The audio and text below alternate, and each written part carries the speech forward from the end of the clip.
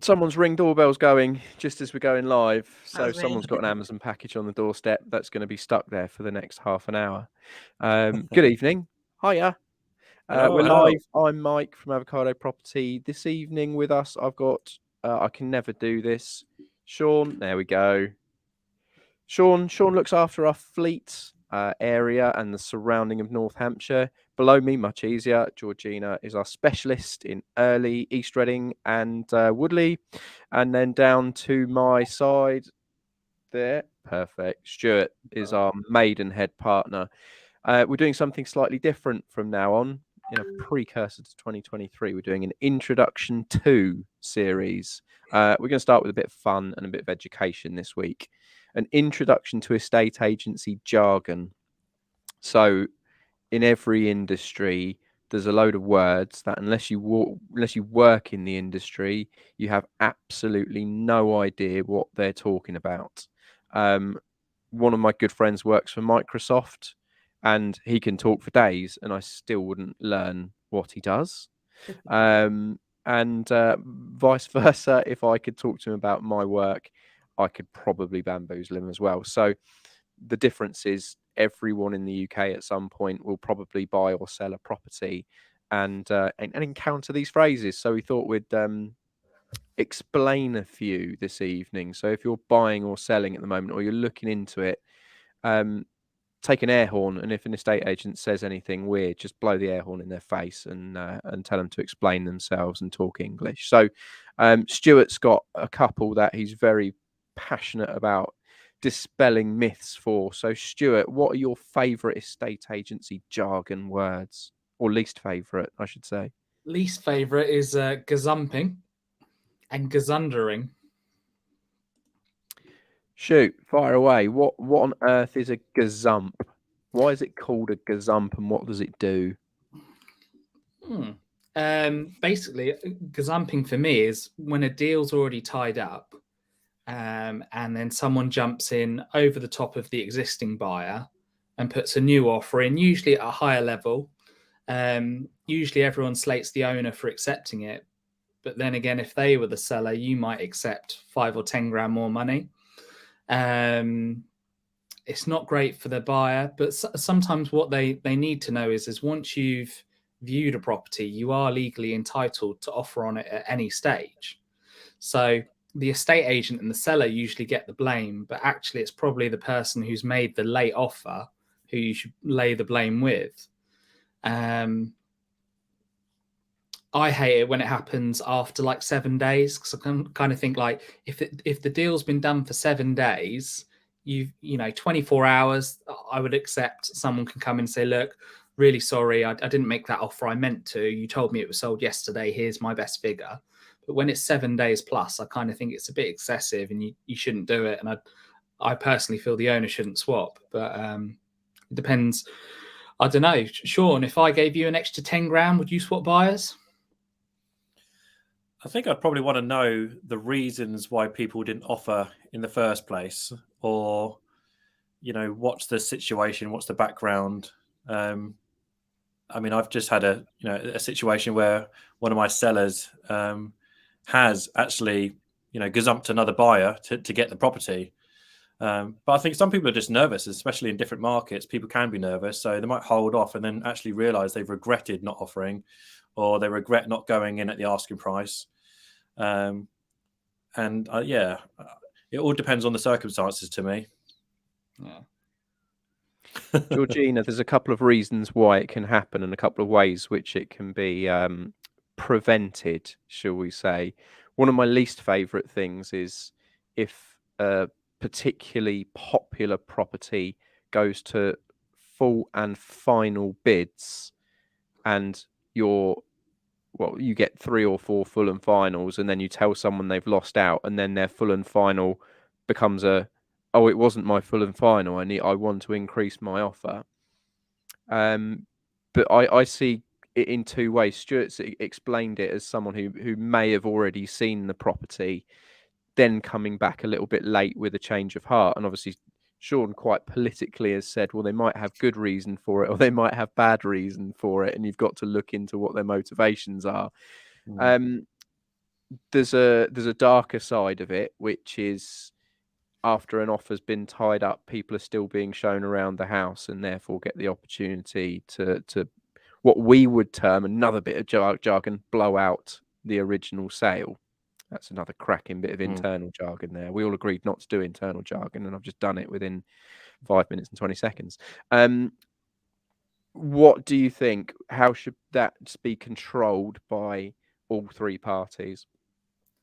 Well, once an offer's been accepted, there shouldn't be any further viewings, because that's when effectively you're doing your memorandum of sale, which is another jargon, trying to be, once you're giving the solicitors the legal documentation to start the process, there shouldn't be any further viewings because you've accepted their offer. There might be circumstances where somebody comes and they viewed a property previously and perhaps they needed to sell their property and weren't in the position to offer, but perhaps they would then come in at a later stage and offer. I think it does depend on what stage you're at in the conveyancing process. If the solicitors haven't even been instructed, then you could argue that they have got the time to do it. My gripe with it would be, what type of character is it that's going to walk in there and do that to another buyer, and would they then, leading us swiftly into the next word, Stuart, would they then do a gazunder? And I'll leave it to Stuart to explain that bit. So Gazundering, I've had 3 of these in the last week. 2 have resulted in deals falling apart. It's where you get to the end of the transaction and the buyer says, right, I want to lower or decrease my offer from what originally was accepted. It can be for multiple different issues. It can be to do with survey, market conditions. The one I find hard to stomach is the mortgage rate that you had agreed 6 months ago is the reason why you're lowering it today. So I'm in a chain of 3. The bottom chain asked for 25 grand off. So the 3 houses above it all had to find 25 grand to get rid of that issue. But very painful, I would say, for most sellers. So let's look at the morality of that. Is there fair and unfair reasons, Sean, for dropping the amount that you're willing to pay for a property midway through a transaction? This is a situation which I hate, absolutely hate, and I hate being in the middle and having to look at it from both sides. As you kind of mentioned earlier, I am quite political and I do look at things from both sides. I think if you can't afford the property, if your mortgage rate has changed, I think you need to just open up and say, look, I can't buy the house, unless if you're intentionally trying to take advantage of someone and using the market, media, and what's happening to try and bring the price down for the sake of it, that's absolutely unacceptable.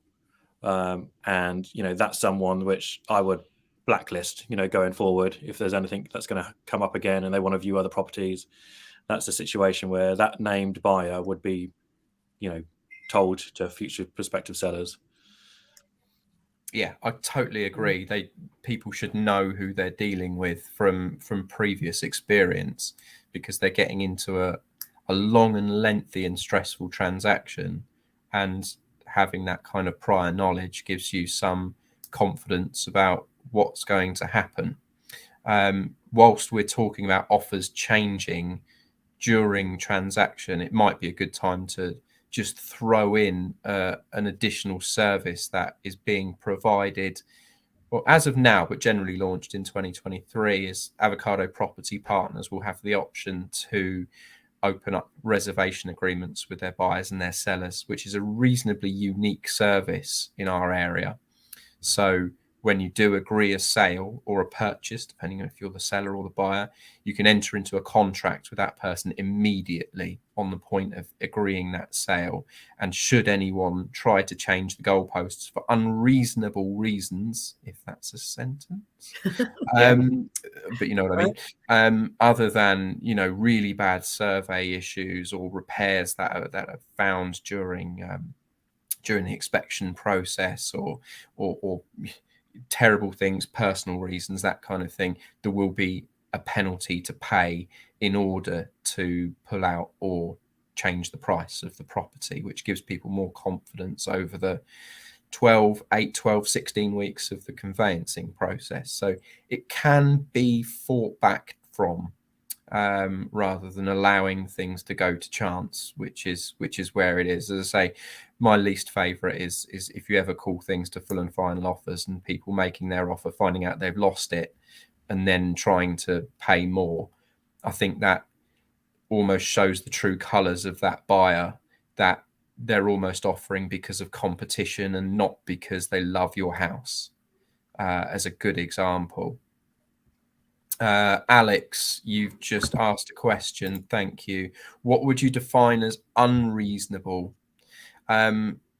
Purely changing your mind 3 or 4 weeks down the line when people have spent a lot of money in starting the sale process, instructing solicitors, buying searches, paying for surveys, that kind of thing. If you're selling the house purely thinking, do you know what, I can't be bothered to do this anymore, I'm going to stay put, is unreasonable.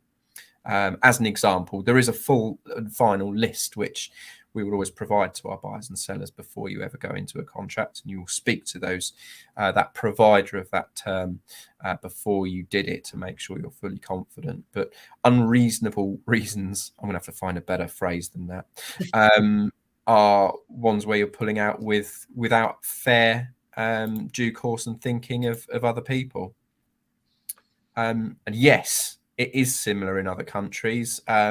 It's more akin to the Scottish system, the American system. I've never bought or sold a property in Spain, but you're right, it does work well, because it means when you're shaking hands on a deal, people are going to stick to their words, because they're going to think very, very carefully if there is a penalty in place before doing it, rather than having no recourse if they decide to change their mind later on. So no, you're absolutely right. Georgina, let's fire into some more jargon. Okay. I just wanted to come back to one other point on the service that we're providing, because just this week, as well as the agreements, they also offer to do all the conveyancing process in advance, which I've done with one of my sellers who the property won't be coming on the market until January. They're an older couple, so they perhaps needed a little bit more hand holding and a bit of help. So I actually sat down with them and went through the whole, the Law Society, all the paperwork. I made sure they had everything ready. And then when they go off abroad, which is where they're going in a week or so, it's all ready. And then buyers can actually see everything in advance. So it's not jargon. I just wanted to throw that in there as an extra thing that I'm going to sound the jargon alarm, though. What on earth is the conveyancing process, and what does that mean? Oh, right. Okay. It sounds so obvious to us. Exactly. That is a special type of legal professional conveyancer who basically hands one property to another property. So the transaction between the seller and the buyer. So it's a special type of solicitor that would deal with it from point where offers agreed up until keys are handed over.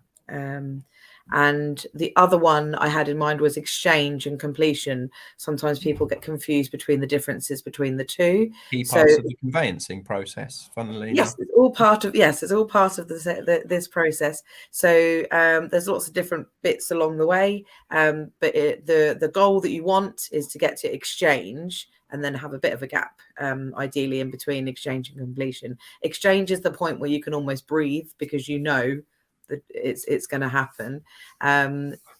People need to be available on the phone for it to exchange. I've had a few people that are like, oh yeah, I'm busy in meetings all day that day. You need to be able to contact your solicitor, or they need to be able to contact you, because you have to give authority over the phone. If it didn't go through on that day, you still need to give the authority the next day, for example. And then after exchange, completion, and that's when you get your keys or hand over your keys. And us lovely avocado partners meet our buyers and sellers at the property instead of having to drag them into an office. And it's the best part of our job. Frankly. I love it. It's the handing best over the keys. I couldn't tell you. Well, other than the fact you get roped into doing a lot of hoovering. I don't know if that's just me as an agent. I must have hoovered 15 houses in the process of handing over keys over time, with people panicking to get out and just throwing a Hoover at me. But it's all part of the service, I suppose. Sean, are you going to cover what on earth a cash buyer, a mortgage buyer, a cash mortgage, a no-chain buyer? Yeah, absolutely. Is this something that amuses agents in a kind of dark and sinister way? Yeah, I think obviously we're all people, but I think when we ask them what's their position, I think people just forget that that there are several different types of buyers. So if you've got cash, you can put it towards a deposit. If you've got cash to cover the entire purchase price, then you're a cash buyer. And then if you have, if you're not going to be buying with a mortgage, but you're dependent on a sale, then you're a cash from sale buyer. So yeah, I think people, obviously you can't buy with coupons, you can't buy with vouchers, and you can't buy with IOUs. So cash is always going to be involved. But if you can't cover the entire purchase price, then you'll either be buying with a mortgage or gifted funds, or some other kind of loan. But also, to touch on that as well, people forget, what happens next. Or no one really knows what happens next after they submit an offer and the offer's agreed. They don't know what happens, if they can move in that week. They don't know about the conveyancing process, as Georgina mentions. And they don't know if they're involved in a chain. And no one has any idea what a chain is if you're a first-time buyer, because people are quite open to talking, layman's terms, normal terms, and find out what's the seller doing. What's the seller's plans. Now, obviously, two situations. They're either vacating, and you can buy this property unencumbered, or they're going to be buying on another property. Unencumbered is a phenomenal bit of jargon there. Yes, it is. Impressive. If they're buying on another property, then you'll be involved in a chain. Now, if they found a property which is then the end of the chain, so there's no one else buying on beyond that, could be an empty property or could be someone else who's vacating. It's a very small chain, but there's still a chain nonetheless. Yes. And this is I guess because people only ever move once every 5, 10, 15 years, people get caught in trying to tell the estate agent what they think they want to hear. So what I hear all the time is, I'm sold to an investor or a first-time buyer, so there is no chain. Yeah. Well, that is the chain, because you're sold to someone and you're going to be buying someone else's house. Therefore, you have 2 properties and 3 people in that chain. Therefore, there is a chain. You're not a no-chain buyer. A no-chain buyer is a first-time buyer or an investor with doing absolutely nothing to fund other than with their cash or with a mortgage. So it's potentially a misunderstanding, or if you are being cynical about it, an upselling of someone's position to make themselves sound a little better than they potentially are. But there's nothing wrong with it. That's why we're here to try and cover these points, to help people out when they're making offers and when they're speaking to estate agents and when they're putting their best foot forward, is to explain their circumstances in the best and clearest English, so there aren't these kinds of cheap mistakes that get made to slow transactions down, I guess. Transaction, that's jargon. Sorry. Transaction is purchase and sale. The simplest thing a seller can do, or an estate agent acting on behalf of that seller, in the description or in the video in the marketing, is just, the seller is vacating or the property is empty. Rather than chain free, because, if you're a first time buyer, you're 18 years old or you're 25 years old, however old you are, you're buying your first property and you just see the first bullet point saying chain free. You think, oh God, I don't want to call because I've got no idea what it's fair. Yeah, I've launched a house on the websites yesterday, saying no one would chain. Yeah, that's even more rather than chain free, Yeah, absolutely. Yeah. So there's no one would chain. Is there a previous chain? Should there be a chain? Where's the chain in this property? Is it a structural thing? One point that all of the portals like Rightmove and Zoopla have asked estate agents to put in their details is whether a property is freehold or leasehold or common hold or share of freehold. Now, again, sympathy with a first-time buyer. What on earth are you buying? Who's going to go for it? Sean, Thanks. go. So, freehold means you own the land and everything that sits upon it. Leasehold means you own inside of the property. And share of freehold means you and the other share of freeholders own a percentage of the land. Is the way I've learnt it. Common hold, that's old estate agency, so you'd have to tell me about that, Mike. Common hold is about to become very prevalent in the UK market, and thank you for just relying on my experience, Stuart, rather than my age in that sense. Common hold is likely to become more and more popular because of the change in leasehold laws coming through the current government white paper, if you're going to geek out about it. So I'm going to read it out because I've got it, because you sent me the link to Property Mark's Jargon Buster. A system of ownership usually in place in buildings or estates of multiple occupancy, so a block of flats. Unlike with leasehold, you own the freehold to the particular property, and all of the property owners collectively help manage the upkeep of the building in the estate. So it's like a share of freehold, effectively, but you have direct management of the building. So common hold is very, very common in other countries, I think, in Europe and in the USA, where you have condos, which is a very flash word for a block of flats. That's their jargon in there. So any other bits of jargon? Who's got another favourite before I shout another one out that's going to blow everyone's minds again? Yeah, going on Stuart's note there, just obviously where we are, there's no underground stations very sort of popular around here just yet, but obviously there is in London, and as we go into the future, things will do. But Stuart mentioned that freehold is you own the land and what sits upon it, but you don't own what's underneath. So if you have sewers or you have substations below you, you have no right to any of that as well. In fact, you can't just dig down, and build an empire underground either. So people in Mayfair would probably try and fight against that one. Yeah. Some incredible basements have been built, but I think the end of that has come. So what else do you want to go through? Snagging's a fun word. What's a snag, Georgina?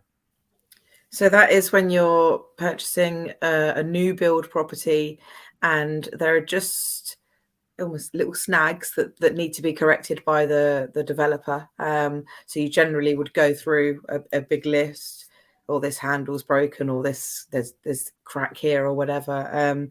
And they are obligated to resolve those issues within a certain time frame. I know of many people that have had real issues with this though, so just be wary of who you buy from is all I'm going to say on that. Look up the reputation of the developer and the building site and the particular development. Quite a lot of developments have Facebook groups, and you will find out an awful lot whether those first phase buyers were happy or very frustrated with their developer, of how they've been looked after post moving in, I suppose.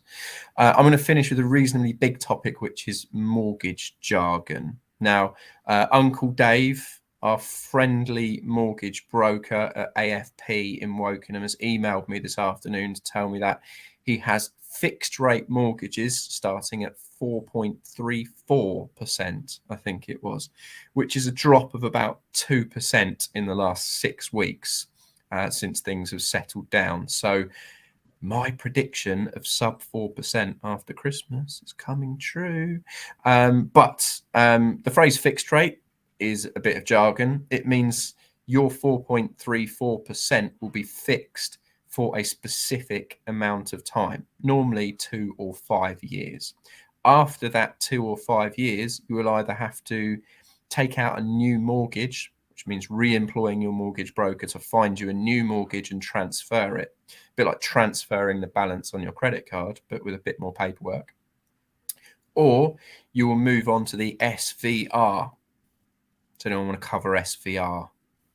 Standard variable rate. Indeed.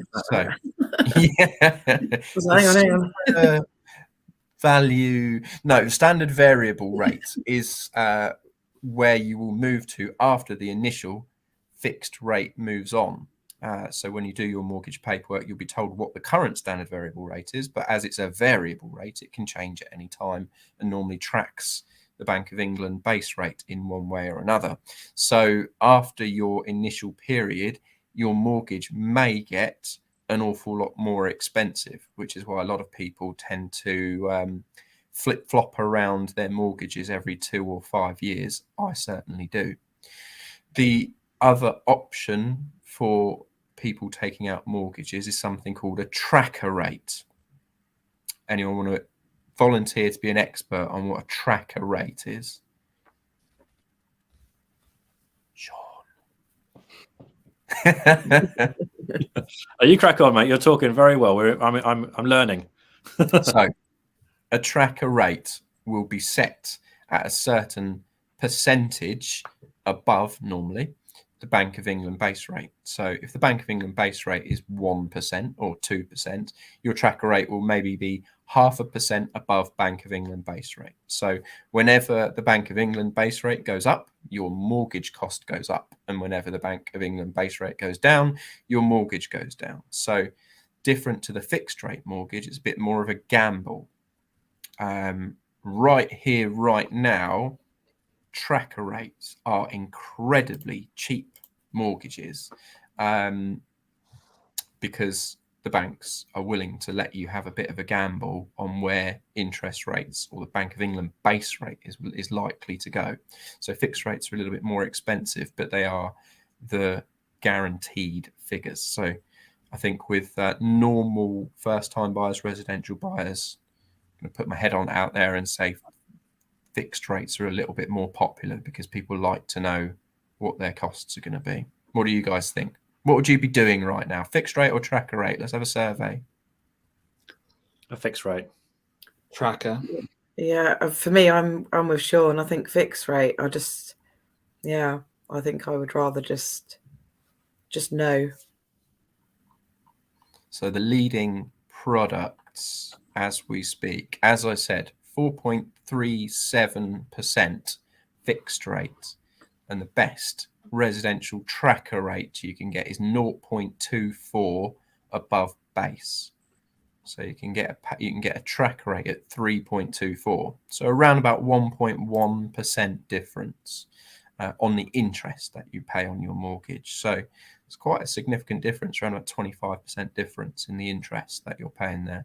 So it's an interesting mortgage market. If anyone ever wants any advice at any time, all of the Avocado partners tend to refer and recommend different brokers. Obviously, Uncle Dave tends to pop on this podcast, on this chat, this podcast, this live, whatever we are, every so often, and is always willing to help. So if you're a first-time buyer or a home mover out there, just look up an independent financial advisor. Don't use a broker who is tied to lenders, because those rates are varying on a normal mortgage, anything up to £200 a month at the moment between the different high street banks. So there's a huge variation. Don't just walk into Santander and take their word for it that they've got the best rate.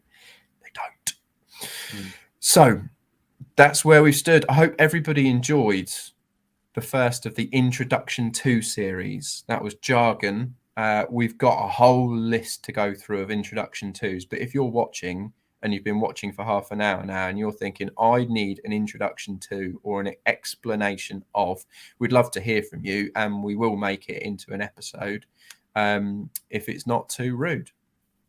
So until 6 o'clock next week, it's good evening. I'm off to defrost my car so I can get home. Sean's off to increase the Christmas decoration ratio in his house. But he has. Can we just point out that phenomenal avocado decoration just over your right shoulder? It's absolutely There she is. stunning. Very nice.